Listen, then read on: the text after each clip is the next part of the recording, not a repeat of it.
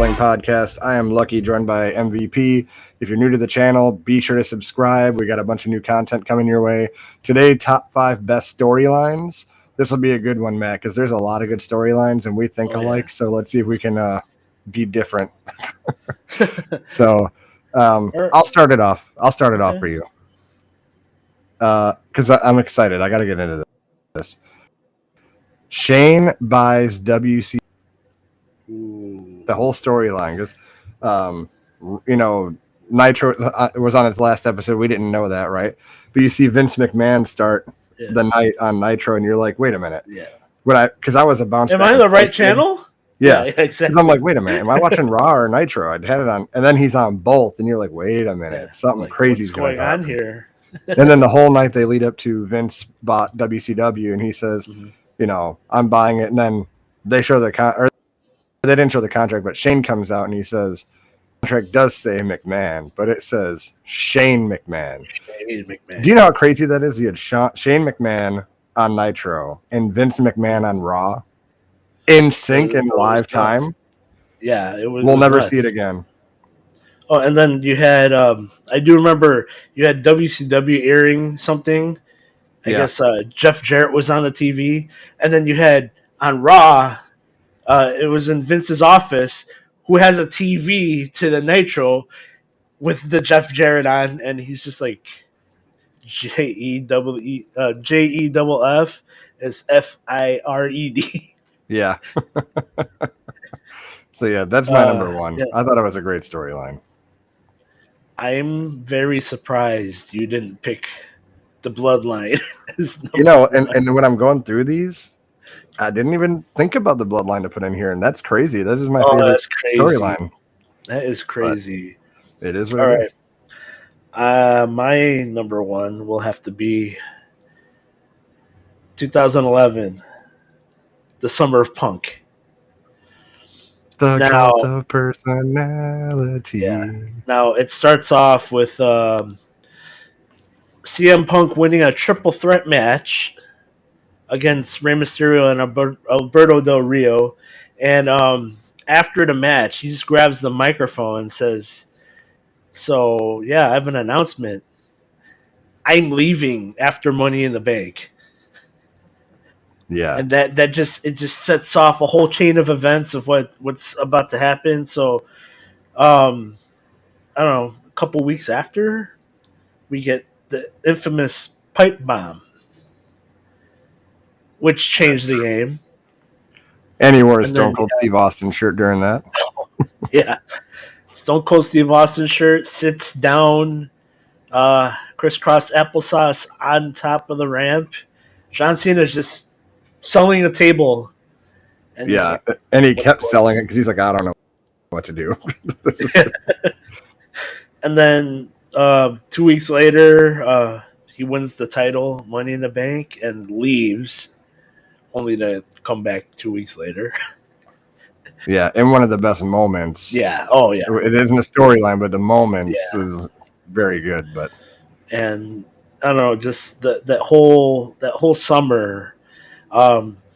If you weren't a fan of wrestling, or you were, I'm in and out, this brought you back in, for sure. Oh yeah. So my number one, Summer of Punk. I'm digging that. My favorite part of the whole thing is you said crisscross applesauce. All right, Indian style, or there you go. for the kids or for the 30-year-olds at least, Indian style. Number 2 for me, NWO threatens the hostile takeover. So you start with Razor Ramon at the time. We didn't know he was going to be Scott Hall. He comes through the crowd and says, "You want a war? You got one." Then he goes who I am. Weeks. Yep. He brings Nash out. Yeah. Which look at the adjective, even though it's not. But and then the whole thing culminates at Great American Bash when they put Eric Bischoff through a table, and they said, "We'll bring a third man. You bring your best 3. Bash at the Beach." Yeah. That was great. And then, what do you know? Hulk Hogan turns heel. joins the NWO, and that the rest is history. But that whole storyline of the NWO taking over, this hostile takeover, and then they hijack the show every week, Mm-hmm. throwing Rey Mysterio through trailers Yeah. outside, darting him in there. Yeah. So that whole thing was awesome. And then they watered it down over time, and it became just nonsense. But that initial part of it Oh was yeah. glorious. And I feel like this took a while. You don't you don't see that much nowadays where they slow burn a storyline. I mean, Yep. maybe they're getting back to it now, but usually they get through a storyline nowadays like, oh, and it ends at the next pay-per-view. Yeah. Yeah, that's the problem, those short term storylines. Yeah. But yeah, that was my number two. What you got for number three? Oh no, my number two. Oh Uh, yeah, you're number two. my Sorry. number I'm used two. to going second. My number two is Austin and McMahon. Yeah. Classic. Now, I feel like this feud hit home with every white collar working man in America that just wanted to just give the middle finger to who gave the middle finger to their bosses like behind their back, but Yeah. we actually had somebody just do it to his face and then beat his ass. Yeah. Yeah, that whole thing was great, but Yeah, awesome. It's still an ongoing, one of the greatest things in true, rivalries too. absolutely, but it did have its limitations because once it got to like actually having a match, Vince McMahon in the ring. Come on, Yeah. He was jacked, but he had no no, core coordination to yeah, do the things that he needed to do. But yeah. So no, it's a solid one. Austin McMahon, my number two. Um, Number three. Now this is a storyline, but it's like a long term thing. Undertaker's WrestleMania streak. Mhm.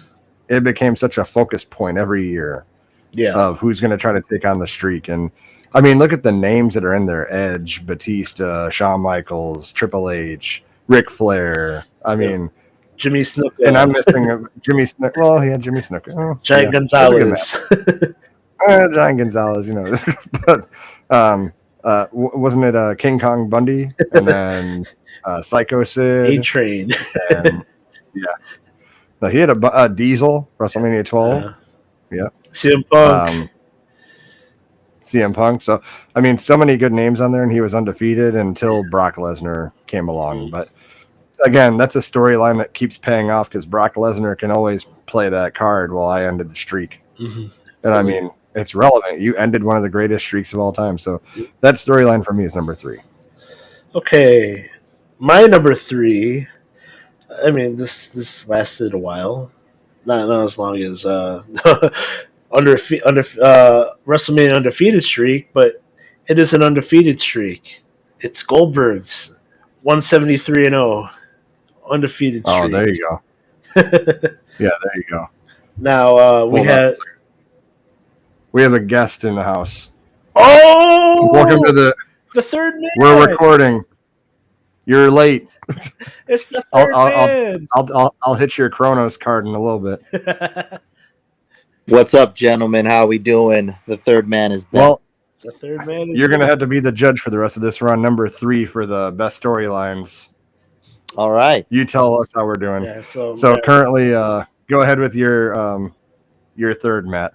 all right, my third is Goldberg's undefeated streak. So you have a relatively a newcomer, just he's a nobody in the ring with Hugh Morris, and he just overpowers him. We're talking about a 300-pound guy, and when they go to interview him, he just blows off Mean Gene, and this happens for a number of weeks, and then they get the ball rolling, and all of a sudden it's 50-0, it's 60-0, and then they got to the point where they started fabricating it and adding on numbers. Like, oh yeah, he wrestled twice on Saturday.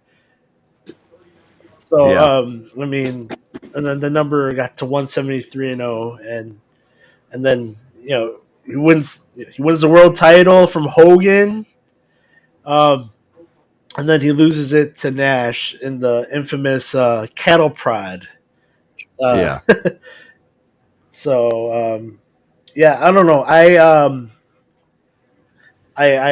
it got to the point where it's like, oh, I want to see who's gonna beat him, and then it happens at Starcade '98. Yep. Yeah, Which shouldn't happen that way, but no, but That Nash was a had, good story. yeah, yeah, That was a great for sure. story. yeah. Um, so my number 4 is when Kane debuted, because this whole story leading up to it is, Kane is coming, Undertaker, he's coming, and you did all these bad things, you killed your parents, and you know you don't know who Kane is, you never seen him before, you don't know what's coming, and then in the first ever Hell in a Cell match with Shawn Michaels, Yeah. Kane debuts with the famous "That's gotta be It's gotta Kane." be Kane. Yeah, so he comes out and rips the cage door off, and I mean, then that starts one of the greatest storylines of all time Yeah, with the Brothers of Destruction. Whether they were at ends with each other or on the good side of each other, it's even until Undertaker's retirement speech, yeah. they've been brothers. So it's one of those storylines that you didn't even know if it was real or not. Are they really brothers? Because they act like it. They might Act be like damn it. They're the brothers. But same size. yep. Oh man, So, yeah. but yeah, that's my number 4. Okay, my number 4 will be the Yes Movement. Yes. Now, all right, so we're going back to yes, we're going back to January 2014, and the Royal Rumble. This is the last time we see CM Punk in the WWE. I don't know. Rumor has it he's gonna sign any day now, but as of right now, this is the last time you see CM Punk in a WWE ring. Um, I think their original plan was to have Batista main event WrestleMania, and when CM Punk just shakes the industry by leaving, I think they pivot and they're like, "Yeah, I'm gonna spite CM Punk. We're gonna push Daniel Bryan." And to his credit, he got over so fast, and it was organic and popular and Occupy Raw, Yes Movement, and there was no stopping. It happened until they couldn't ignore it, and he gets his main event at WrestleMania, and you see WrestleMania 30, just like the backdrop of him winning the title, confetti flying, everybody in the stadium just going yes, yes, and you see and just a sea of yeses, and it was just phenomenally done. Um, I don't know if we see this if Punk doesn't leave. Honestly, Right. That's true. And it was one of the best things ever. Daniel Bryan was super over. yes, super over. And I didn't think they So, thought that it was going to turn out the way that it did. Oh no, not at all. But no. they had to pivot because it was so undeniable with the crowd reaction. It's like you can't ignore it. Like you can try so much. It's like trying to ignore the CM Punk chants. They Yeah. ignored it until they couldn't. Right. Um, my last one, Montreal Screwjob. That whole Ooh, storyline. I It didn't built even up, think about that. right? It built up Oh from Bret Hart just having a lot of issues with Vince McMahon. They're going back and yeah, forth, and then it's one of those real world. It's real in real life and storyline, but he did not want to drop the title to Shawn Michaels, and yeah, Vince comes out and calls for the bell and screws him yeah. over, and he eventually leaves for WCW. But that whole storyline lasted years. I mean, yeah, there you go. But yeah, he left, and they still talked about it. They resolved it when Bret Hart came back to WWE, and then he had that apology segment with Shawn Michaels. So Yeah. that definitely had to be on there. Montreal Screwjob. Oh man, I did not even. I literally just yesterday watched A&E's biography on Bret Hart. How did I miss that? Coming up with Right. this list. All right, I'm gonna round mine off with the Nexus. We So walk alone back through before the NXT was a third brand, it was a game show where they're competing for a contract. Yeah. First season winner was Wade Barrett. So instead of just everyone just we're out of jobs, they all get together and just form a faction, the Nexus. And their first night, they just tear stuff apart. They Cena isn't is a casualty, so is the Straight Edge Society. Another another good storyline that we could have had on the Straight Edge Society. But yeah, Yep. Punk Luke Gallows. They were casualties in the Nexus's first attack, and you didn't know when they would strike next. And Yeah. then and then it died down when it became all about I'm Wade Barrett, I'm the leader, I tell you what to do, and, Yeah. Yeah. but It was really good. That was one of the best things I remember watching is the Nexus coming in. One of the good storylines, and you're like, oh, this is like crazy. Like, is yeah, this for real or what? But yeah, you had him choking out Justin Roberts with the tie. oh, yeah. Which Daniel Yeah, Bryan got fired for, and then yeah, Cena he brought him did. back. Yeah, Cena got him um, back. So they tore apart the ring like I've never seen before, like on TV. Like yeah, they took everything apart. It was nuts. It was chaos. yeah. Well, yeah. What do you think, Alexis? Well, I mean, he's got a. All right, so number one, I had Summer of Punk. Number two, I had Okay. Austin and McMahon. All right. Number But So three, that's your five. Over your one and your two, Lucky. Shane buys WCW, and the Mm-hmm. NWO threatens a hostile takeover, and your number three. and the My number. Taker's Mania streak. Okay. Taker's Mania streak. Oh, those are some good ones, man. Those are some good ones. I uh I really like the Yes Movement. That was on my list. Taker streak was on my list. Um, I'm surprised that neither one of them was on your list. I believe this Bloodline and Tribal Chief run Yeah, uh, yeah. will be talked about. I was surprised Lucky didn't have it number one. Yeah, Yeah, that will be a storyline that will be talked about for a long, long time. Oh, for And I sure. don't want to dip into what we're going to be doing in a little bit, but I just seen the true number of the tribal chief and how he's closing in on that title reign. I think that's a great one. I think that's a great one, and another another great one that I talk about a lot is the Mega Powers. I want to Oh throw yeah. that one out yeah, there. that was on mine. Yeah, The Mega Powers coming together, and then with a Miss Elizabeth, and then exploding at the end was another great one. Yep. Just a couple honorable mentions. I know I was a little late to the pod, but you guys had some awesome, awesome storyline stuff there. Awesome storyline stuff there, and for covered sure. a lot of time in wrestling. Yeah. Oh yeah. So So again, if you're new to the channel, be sure to subscribe. Make sure you click the subscribe button. Let us know what your favorite storylines were. The next episode is going to be worst storylines, so keep in tune for that. I'll put a link to that at the end of the channel here. So I'll see you guys on the next episode.